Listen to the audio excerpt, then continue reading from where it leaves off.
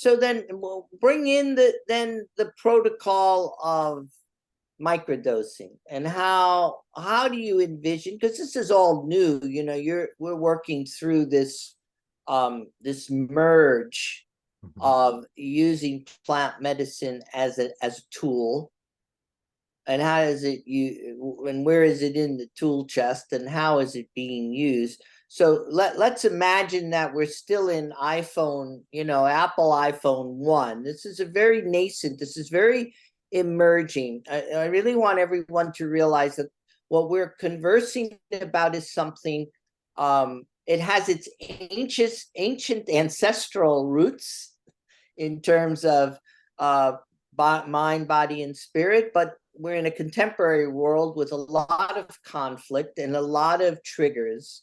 So how are we beginning, from your view, how are we beginning then to make microdosing plant medicine a piece of the story, a piece of the experience, and how and let's talk through that a little bit. Great subject to bring up, Lou. And it's mind blowing to me because we sit here in the 21st century with all the technology that we have. And it's so funny reading the articles, and we think that we've invented something that's brand new. And when you open your eyes, reality is like, no, we forgot something that's been here all along. Our Mesoamerican brothers and sisters have taught us this over the centuries of the usage of the plants and how they use them and why. And the discoveries and the research around that is just fascinating to hear. If you really think about it, they began using mushrooms for hunting and gathering, for precision eyesight, and for long-term endurance when hunting. When we think about that, and that was part of the original usages of it, heightened eyesight, hearing, and endurance. So beautiful to know that that's where the origin. We can go down that avenue for a long time, Lou. But just the basics of it shows us that the importance of the plants. And in today's 21st century, we look at this as this is something that we've discovered brand new, and it's really not. The way I like to incorporate it is first for someone to really get an understanding and go through at least 6 to 8 weeks of consistent usage of it. I like to use the Fadman approach, which is 2 days on, I'm sorry, 1 day on, 2 days off. And because the usage of the medicine and in microdosing, I know you probably want to remind everybody here is that when microdosing, it's a non-feeling effect, right? Microdosing, you shouldn't be feeling, right? We're so used to Perceptual more than perceptual, right? correct. The feeling is within.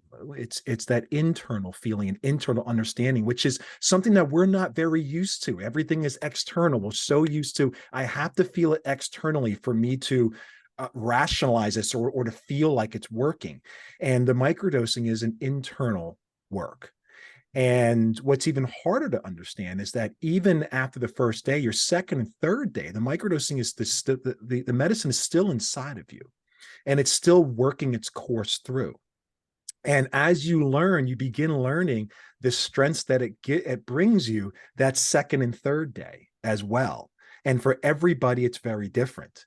And so through that, you want to be very intense about your note taking of how you're feeling, how it's affecting you, and what you got out of it. Because in all the courses that I've gone through it, and the dozens and dozens of people, Lou, there's never been a person that it's been the same with.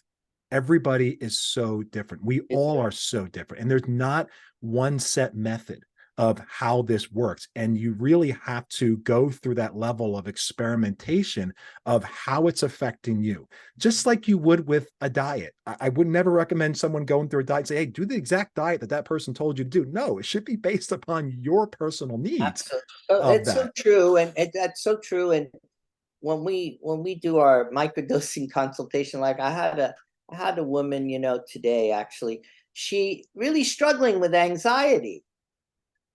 And her first concern when approaching the thought of microdosing is, what's it going to do to me? You know, am I gonna get tripped out? I mean, am I gonna go talk to be on the moon on the cos? No, no, no, no, no, no. This microdosing is very gentle, very gentle.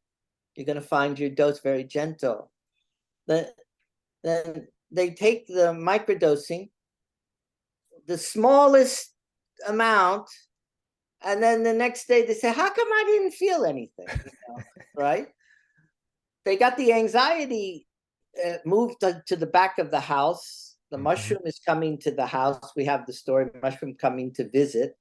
And the importance is that learning to balance stress and anxiety with dosage and a rhythm and a flow is, to your point, very unique to each person, which is where the excitement is. That's where the become an adventure, explore, especially if you have good coaching. If you have good guidance where you can explore and be in a place where it really becomes an ally to get on with your contemplative practice, get on with your meditation, start new habits, improve your hydration, deepen your stretch at yoga. Focus more on your set if you're doing weights or strength training, right? That these are all the outcome of having microdosing as an ally.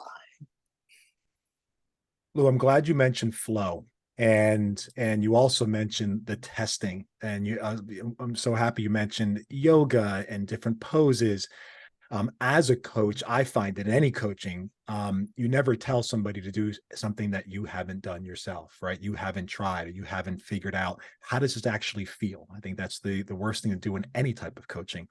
So I have worked with all of this in microdosing through a variety of areas, even the practice of yoga, and really experimenting while microdosing, going through a hot yoga vinyasa class and really understanding what that pose actually is supposed to be doing and feeling, and where my mind is at that very moment and what's flowing through. So when I'm in the pose, what am I actually feeling and thinking about, and where are my emotions coming in?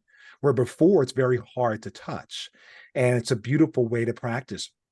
I've done it on I road bike. I like to cycle a lot. One of my favorite places is to cycle in Montauk. And in the book, I tell some stories about my microdosing experiencing while riding, and how much it intensified my ability to not just feel my muscles, but actually feel my breath as well. And how much it helped my overall endurance. And I have tests that go on for an entire year of how much it increased my ability to withhold a particular speed over the course of a certain amount of time, and how much that increased with consistent microdosing on top of it.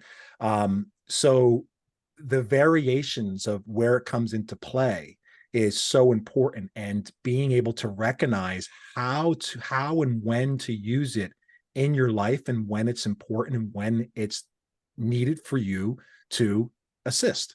And I think going through a period of time where you stay a little bit regimented with it, inconsistencies, and then after that period, that 6 to 8 week period of time, you kind of pull back from it a little bit and allow your body to adjust, and then come back, and then you start recognizing, hey, how when and where do I need this to help me in my life? And for all of us, it's going to be very different. For me, I use it a lot now when focusing and writing, and it's become a very important aspect to my ability to focus and write. With microdosing, I'm able to sit down and write for 5 to 6 hours straight, which I would never think would be anywhere possible, to sit in this seat here and write for 5 to 6 hours. Wow. But it's helped me phenomenally.